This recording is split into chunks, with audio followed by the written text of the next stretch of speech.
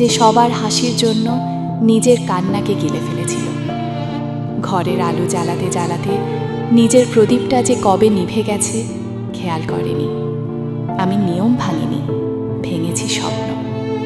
কারোর অভাব যেন চোখে না পড়ে তাই নিজের ইচ্ছেগুলোকে নিঃশব্দে উপসে রেখেছি।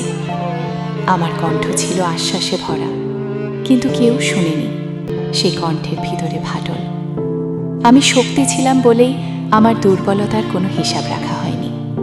আজ আমি নির্বাসিত, ঘর আছে তবু ঘরহীন, মানুষে ভরা চারপাশ তবুও একা। আমার ছায়াটাও আমাকে চিনতে পারছে না। আমি মৃত্যুর অপেক্ষায় নই, মৃত্যুই আমার অপেক্ষায়। কবে আমি আর কিচ্ছু চাইব না, কবে এই ক্লান্ত শরীর চাওয়ার দায় থেকে মুক্ত পাবে। তবু ভালো আমি ভাঙিনি পুরোটা। এই নির্বাসনের মধ্যেও এক চিলতে আলো লুকিয়ে আছে। যদি কেউ কোনো দিন বলে তুমি শুধু দেওয়ার জন্য জন্মাওনি, তোমার বাঁচার অধিকার আছে।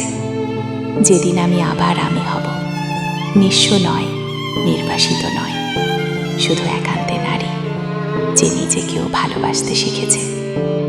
আমাদের প্রতিবেদনটি কেমন লাগলো আপনারা কমেন্ট সেকশনে লিখে জানাবেন এবং এই ধরনের প্রতিবেদন পেতে আমাদের চ্যানেলটিকে সাবস্ক্রাইব করুন, লাইক করুন, চ্যানেলটিকে শেয়ার করুন এবং বেল আইকনটিতে ক্লিক করে রাখুন।